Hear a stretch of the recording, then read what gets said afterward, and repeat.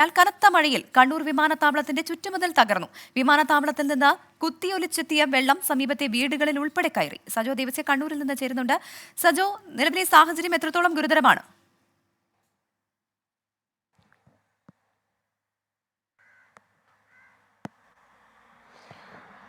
പ്രവിധ, കണ്ണൂർ വിമാനത്താവളത്തോട് ചേർന്ന കല്ലേരിക്കര എന്ന ഭാഗമാണ് വിമാനത്താവള കോമ്പൗണ്ടിന്റെ ഒരു ചുറ്റുമതിലാണ് തകർന്നത്. ഇപ്പോൾ കണ്ണൂരിൽ മഴയ്ക്കൽപ്പം ശമനമുണ്ട്. അർദ്ധരാത്രിയും പുലർച്ചെ വരെയും അതിശക്തമായ മഴയായിരുന്നു.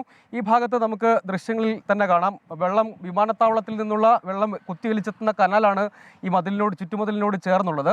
ആ ഭാഗം പൂർണ്ണമായും ഒരു ഭാഗം തകർന്നിട്ടുണ്ട്. ഇത് വിമാനത്താവള കോമ്പൗണ്ടാണ്. അകത്തേക്ക് മുകളിൽ നിന്ന് കനാൽ വഴി കുത്തിയൊലിച്ചെത്തുന്ന ജലമാണ്. പലയിടങ്ങളിലായി ഈ വിമാനത്താവളം ഒരു ഉയർന്ന മേഖലയിലാണ് ഇരിക്കുന്നത്. താഴേക്ക് ജലം കുത്തിയൊലിച്ച് എത്തുന്നുണ്ട്. പലപ്പോഴും ഈ കനാൽ നിർമ്മാണവും അതടക്കമുള്ള കാര്യങ്ങളിൽ അശാസ്ത്രീയതയുണ്ട് എന്ന വിമർശനം നാട്ടുകാർ നാളുകളായി തന്നെ ഉന്നയിക്കുകയും ചെയ്യുന്നുണ്ട്. ഈ ഭാഗത്ത് ഇത് പൂർണ്ണമായും തകർന്നു കിടക്കുന്ന നമുക്ക് ദൃശ്യങ്ങൾ കാണാം.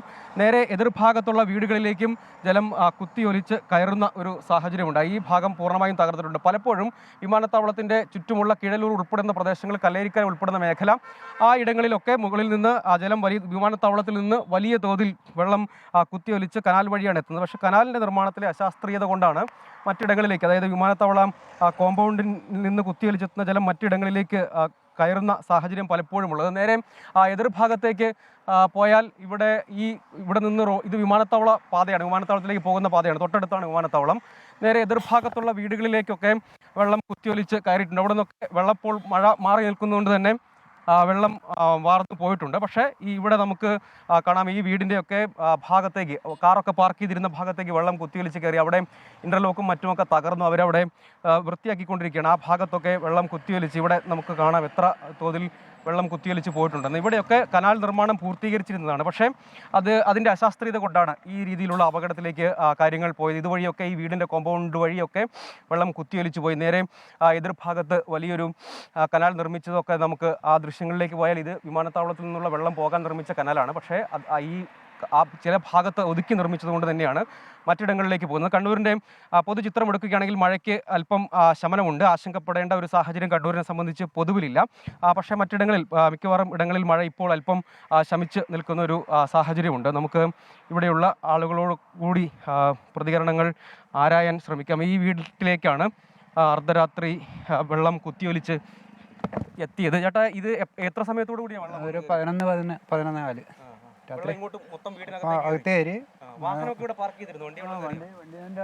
എല്ലാം വെള്ളം കയറിയിട്ടുണ്ട്. ഇനിയിപ്പോൾ സർവീസ് സെന്ററിൽ വിളിച്ചിട്ട് വേണം, അവർ വന്നിട്ട് വേണം നോക്കാൻ.